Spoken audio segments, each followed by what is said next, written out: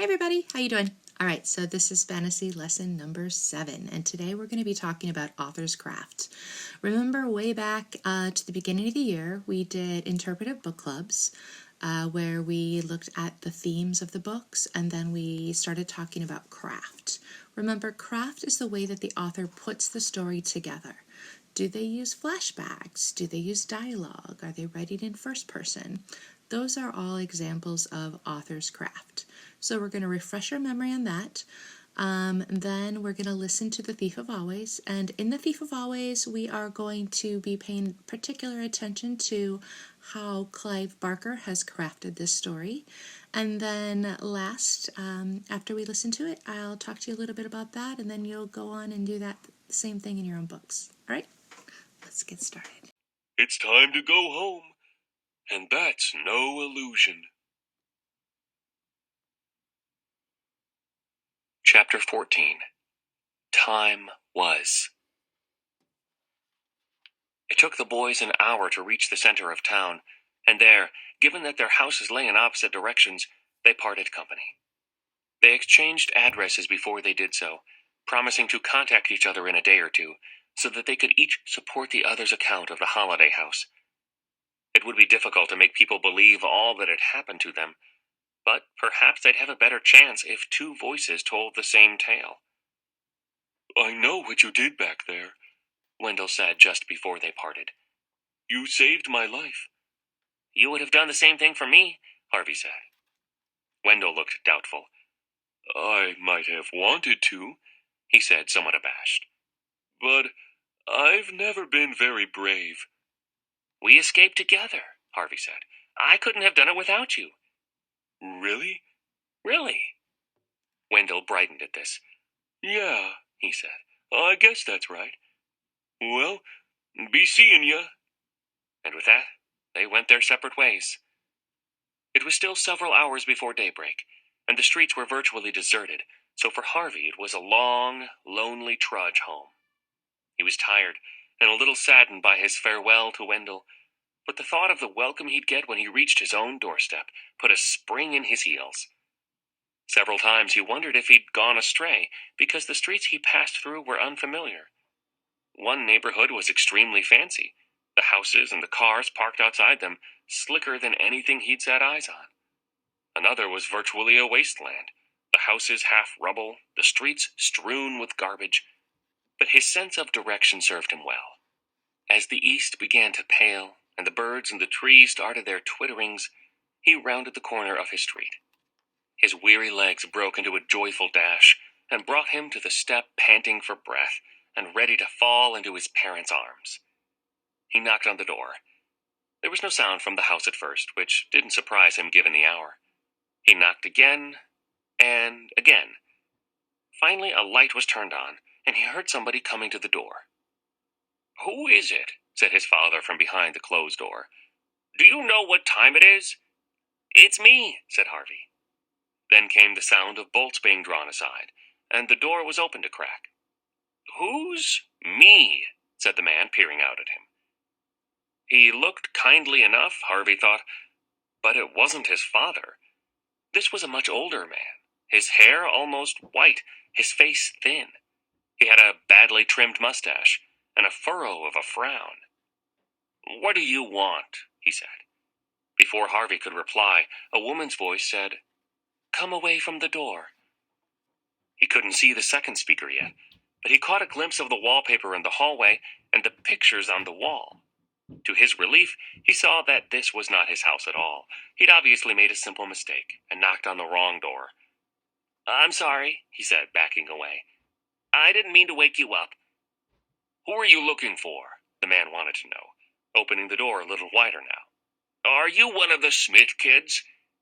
He started to dig in the pocket of his dressing gown and brought out a pair of spectacles. He can't even see me properly, Harvey thought. Poor old man. But before the spectacles reached the bridge of the man's nose, his wife appeared behind him, and Harvey's legs almost folded up beneath him at the sight of her. She was old, this woman, her hair almost as colorless as her husband's, and her face even more lined and sorrowful. But Harvey knew that face better than any on earth. It was the first face he'd ever loved. It was his mother. "Mom?" he murmured. The woman stopped and stared out through the open door at the boy standing on the step, her eyes filling up with tears. She could barely breathe the word she said next. "Harvey?" "Mom? Mom, it is you, isn't it?" By now the man had put on his spectacles and peered through them with his eyes wide. "It's not possible," he said flatly. "This can't be Harvey." "It's him," said his wife. "It's our Harvey. He's come home." The man shook his head. "After all these years?" he said. "He'd be a man by now. He'd be a grown man. This is just a boy." "It's him, I tell you." "No," the man replied, angry now. "It's some prank. Somebody trying to break our hearts, as if they're not broken enough." He started to slam the door, but Harvey's mom caught hold of it. "Look at him," she said. "Look at his clothes. That's what he was wearing the night he left us." "How do you know?" "You think I don't remember?" "It's 31 years ago," said Harvey's father, still staring at the boy on the step. "This can't be." He faltered, as slow recognition spread over his face.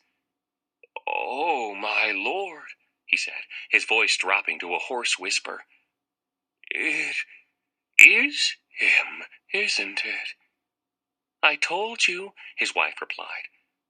"Are you some kind of ghost?" he asked Harvey. "Oh, for goodness sake," Harvey's mom said. "He's no ghost." She slipped past her husband and out onto the step. "I don't know how it's possible, and I don't care," she said, opening her arms to Harvey. "All I know is our little boy's come home to us." Harvey couldn't speak. There were too many tears in his throat, and in his nose and in his eyes. All he could do was stumble into his mother's arms. It was wonderful to feel her hands stroke his hair and her fingers wipe his cheeks. "Oh, Harvey, Harvey, Harvey," she sobbed. "We thought we'd never see you again."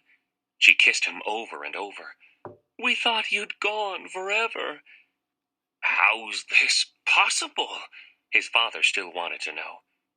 "I kept praying," his mother said. Harvey had another answer, although he didn't voice it. The moment he'd set eyes on his mother, so changed, so sorrowful, it was instantly clear what a terrible trick Hood's house had played upon them all.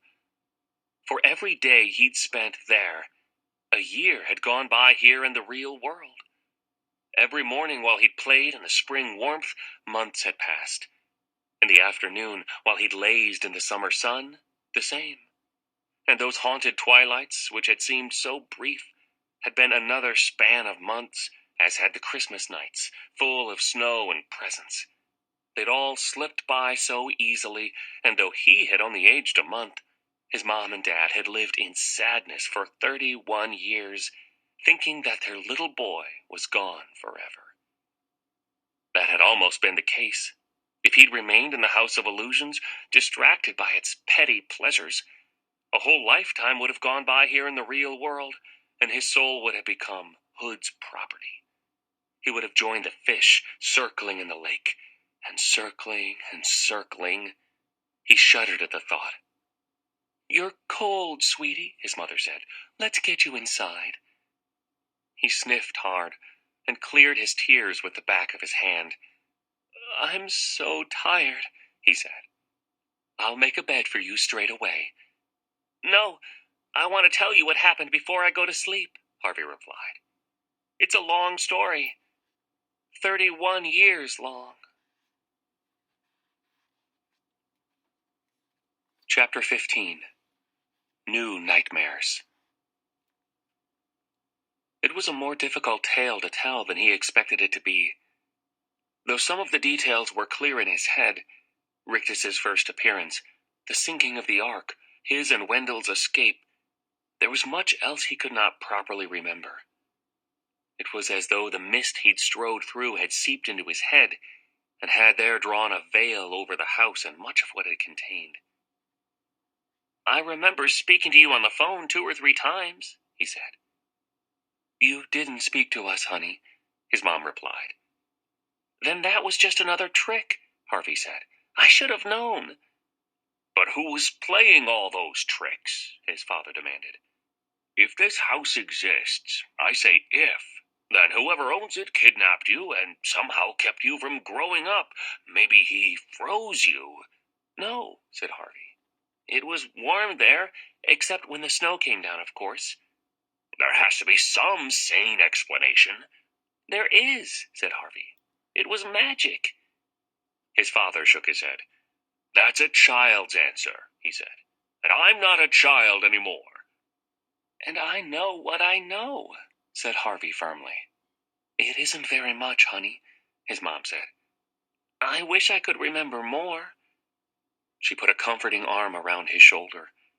"Never mind," she said. "We'll talk about it when you've had a rest." "Could you find this house again?" his father asked him.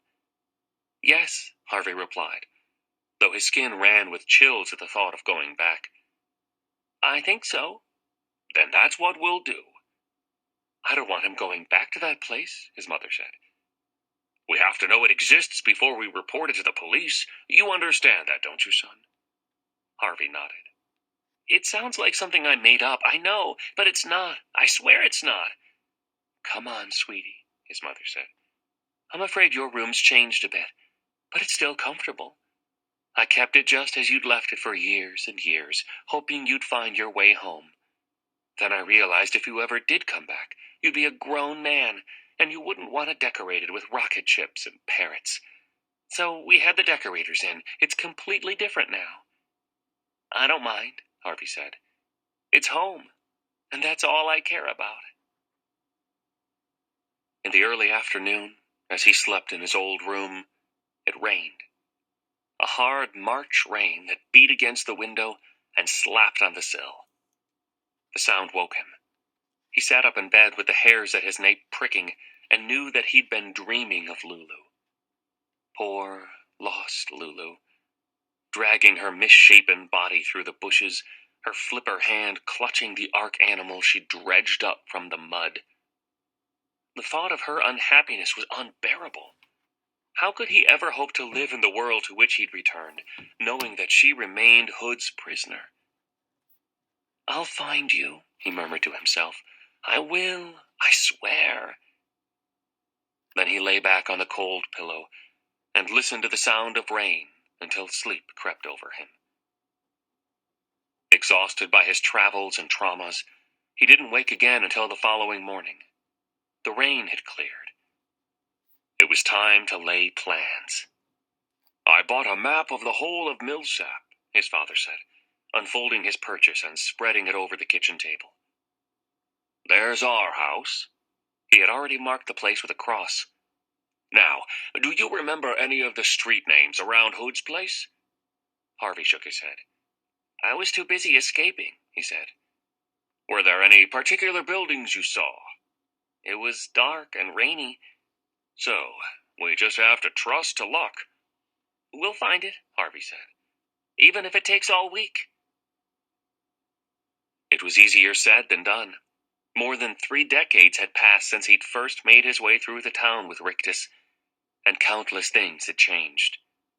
There were new plazas and new slums, new cars on the streets and new aircraft overhead. So many distractions, all keeping Harvey from the trail. "I don't know which way is which," he admitted, after they'd been searching for half a day. "Nothing's the way I remember it." "We'll keep going," his father said. "It'll all come clear." It didn't. They spent the rest of the day wandering around, hoping that some sight would trigger a memory, but it was frustrating business. Every now and then in some square or street, Harvey would say, "Maybe this is it," and they'd head off in one direction or another, only to find that the trail grew cold a few blocks on. That evening, his father quizzed him again. "If you could only remember what the house looked like," he said, "I could describe it to people." "It was big, I remember that, and old. I'm sure it was very old." Could you draw it? I could try. He did just that, and though he wasn't much of an artist, his hand seemed to remember more than his brain had, because after a half hour he had drawn the house in considerable detail. His father was pleased. "We'll take this with us tomorrow," he said. "Maybe somebody will recognize it." But the second day was just as frustrating as the first. Nobody knew the house that Harvey had drawn, nor anything remotely like it. By the end of the afternoon, Harvey's father was getting short-tempered. "It's useless," he said. "I must have asked 500 people, and not one of them, not one, even vaguely recognized the place." "It's not surprising," said Harvey. "I don't think anyone who saw the house, besides me and Wendell, ever escaped before." "We should just report all this to the police," his mother said, "and let them deal with it." "And what do we tell them?" his father said, raising his voice. "That we think there's a house out there that hides in a mist and steals children with magic? It's ridiculous." Calm down," Harvey's mother said. "We'll talk about this after we've eaten." They trudged home, ate, and discussed the whole problem again, but without finding any solutions. Mr. Hood had laid his traps carefully over the years, protecting himself from the laws of the real world. Safe behind the mists of his illusion, he'd most likely already found 2 new and unwitting prisoners to replace Harvey and Wendell. It seemed his evil would go on, undiscovered and unpunished. The following day, Harvey's father made an announcement. "This search is getting us nowhere," he said. "We're going to give it up." "Are you going to the police?" his wife asked him. "Yes, and they'll want Harvey to tell them everything he knows. It's going to be difficult." "They won't believe me," Harvey said. "That's why I'm going to talk to them first," his father said. "I'll find somebody who'll listen." He left soon after breakfast, with a worried expression on his face. "This is all my fault," Harvey said to his mom. "We lost all that time together just because I was bored." "Don't blame yourself," she said. "We're all tempted to do things we regret once in a while. Sometimes we choose badly and make mistakes." "I just wish I knew how to unmake it," Harvey replied. His mother went out shopping in the middle of the morning and left Harvey haunted by that thought. Was there some way to undo the damage that had been done? To take back the stolen years and live them here, with the people who loved him, and whom he loved dearly in return? He was sitting at his bedroom window, trying to puzzle the problem out, when he saw a forlorn figure at the street corner. He threw open the window and yelled down to him, "Wendell! Wendell! Over here!" Then he raced downstairs. By the time he opened the door, his friend was on the step, his face red and wet with tears and sweat. "What happened?" he said. "Everything's changed." His words were punctuated by hiccups. "My dad divorced my mom, and my mom's so old, Harvey, and fat as a house." He wiped his running nose with the back of his hand and sniffed hard. "It wasn't supposed to be this way," he said. "Well, was it?" Harvey did his best to explain how the house had deceived them, but Wendell was in no mood for theory. He just wanted the nightmare to be over. "I want things the way they were," he wailed. "My dad's gone to the police," Harvey said. "He's going to tell them everything." "That won't do any good," Wendell said despairingly. "They'll never find the house." "You're right," Harvey said. "I went to look for it with my mom and dad, but it was no use. It's hiding." "Well, it's bound to hide from them, stupid," Wendell said. "It doesn't want grown-ups." "You're right," said Harvey. "It wants children. And I bet it wants you and me more than ever." "How'd you reckon that?" "It almost had us. It almost ate us alive." "So, you think it's got a taste for us?" "I'm sure of it." Wendell stared at his feet for a moment. "You think we should go back, don't you?" "I don't think any of those grown-ups, my dad, your mom, the police, are ever going to find the house. If we want all those years back, we have to get them for ourselves." I don't much like the idea, Wendell confessed. Neither do I, he said, thinking as he spoke that he'd have to leave a note for his mom and dad, so that they wouldn't think his return had been a dream. We have to go, he said. We don't have any choice. So, when do we start? Now, said Harvey grimly. We've lost too much time already.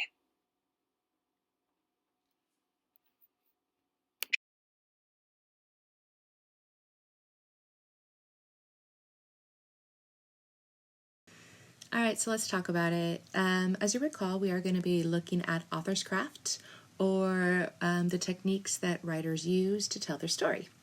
The first thing let's look at is flashbacks and flash forwards. This does not seem to be a tool that Clive Barker uses a lot in this book. In the last couple chapters, Harvey was reflecting on his time in the holiday house, but that is different than a flashback. They did not actually put him back in that time and tell the story from that moment. He was just reflecting or thinking back. Okay. The next thing is multiple plot lines.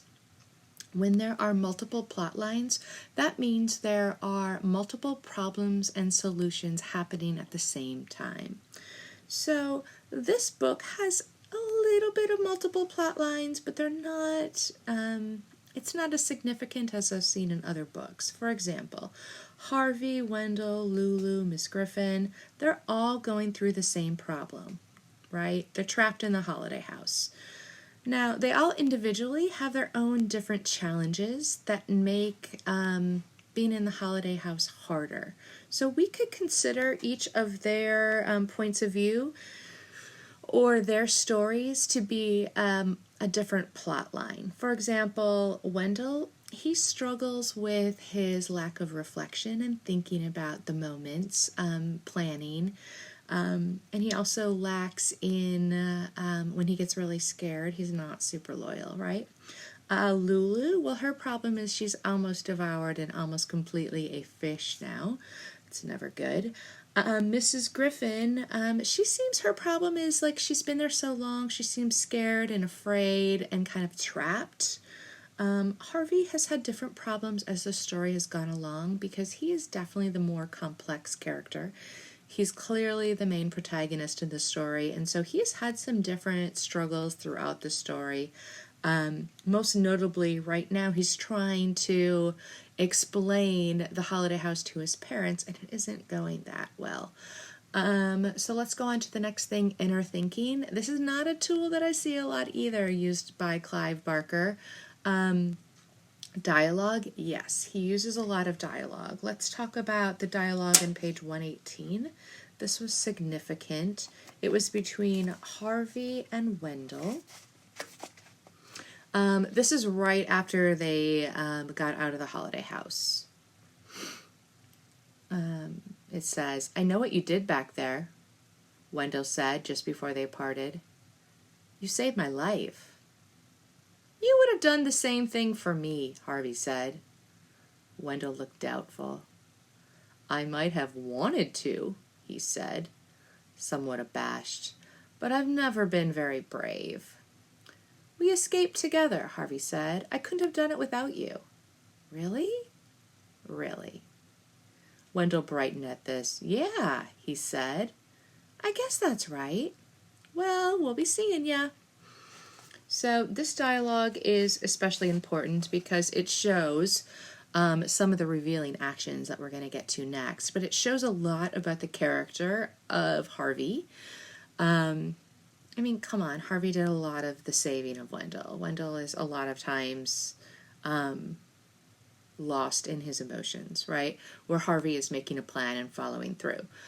And so I thought that Harvey was very generous, and yeah, I thought Harvey was pretty generous in that. And I thought that was an important piece of dialogue that told us and moved along the story, right? Remember, dialogue is when you have quotation marks and someone is specifically talking.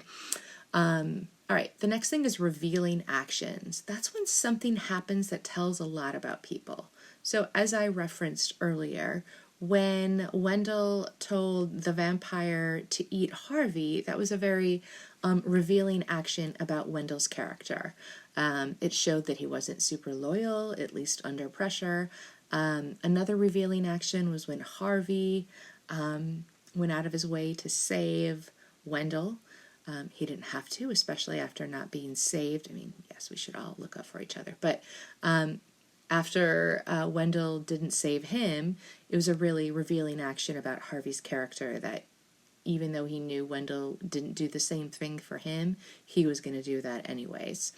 Another revealing action happened in this chapter. It was on page 127. It was, or the second, no, blah, blah, blah, blah, chapter 15. It was when Wendell was explaining to his dad about the holiday house. His dad says, "Could you find this house again?" his father asked him. "Yes," Harvey replied, though his skin ran with chills at the thought of going back. "I think so." "Then what? Then that's what we'll do." "I don't want him going back to that place," his mother said. "We have to know it exists before we report it to the police. You understand that, don't you, son?" And I thought that was a revealing action about the father, because it's understandable, it sounds ridiculous and outlandish, but it also revealed that his dad didn't totally trust Harvey at that moment. Not as revealing as the latter two that I spoke on. Multiple points of view. The story is not told from multiple points of view. It's actually told from third person limited. Third person is when they use he, she, when they use names. Let me give you some examples of why it is third person limited on page 120. I hear the narrator speaking here, right? So it said, he couldn't see the second speaker yet, but he caught a glimpse of the wallpaper in the hallway and the pictures on the wall. To his relief, he saw that this was not his house at all. He'd obviously made a simple mistake and knocked on the wrong door. Now this is dialogue in quotation marks. "I'm sorry," he said, backing away. "I didn't mean to wake you."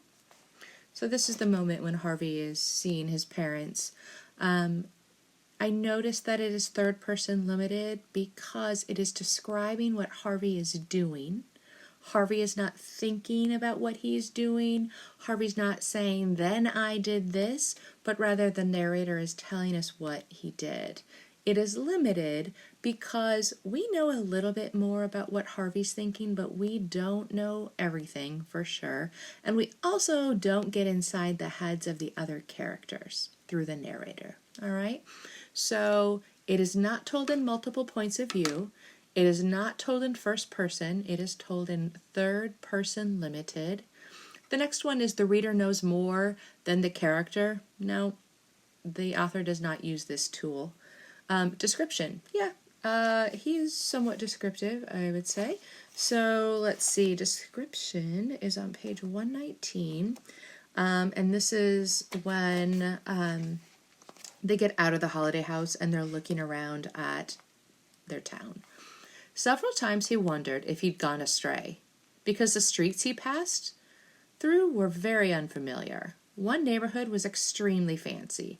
The houses, the cars parked outside of them were slicker than anything he'd set his eyes on. Another was virtually a wasteland. The houses half rubble, the streets strewn with rubbish. But his sense of direction served him well. As the east began to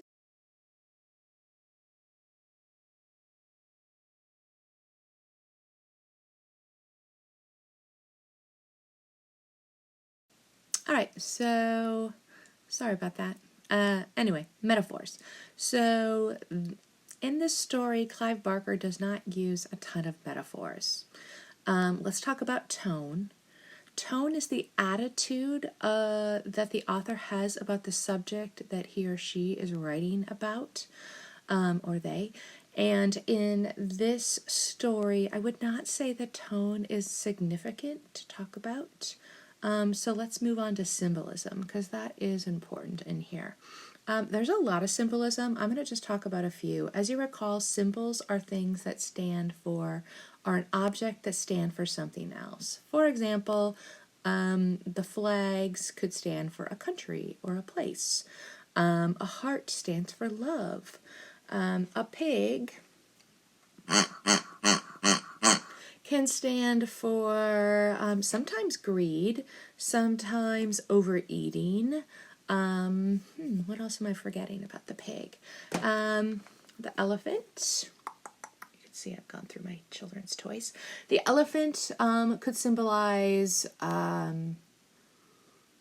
memory and never forgetting, right? Because an elephant has an amazing memory. When they've been there one time, they will always remember it. So a lot of times an elephant will symbolize having great memory. Also, the elephant symbolizes a political party. Do you know which one? The Republicans. So the donkey symbolizes the Democrats. So this would be a symbol also of the Republicans. A lion symbolizes, whoa, he looks kind of trippy in there. A lot of times strength. Lions are awfully strong, and so sometimes people will put a symbol of a lion to show strength. So in the book, there is a lot of symbolism, especially with the house. I feel like the holiday house has a lot of symbolism within it. One thing that the house symbolizes is greed. Mama. Okay, go ahead. I love Alice, and I want that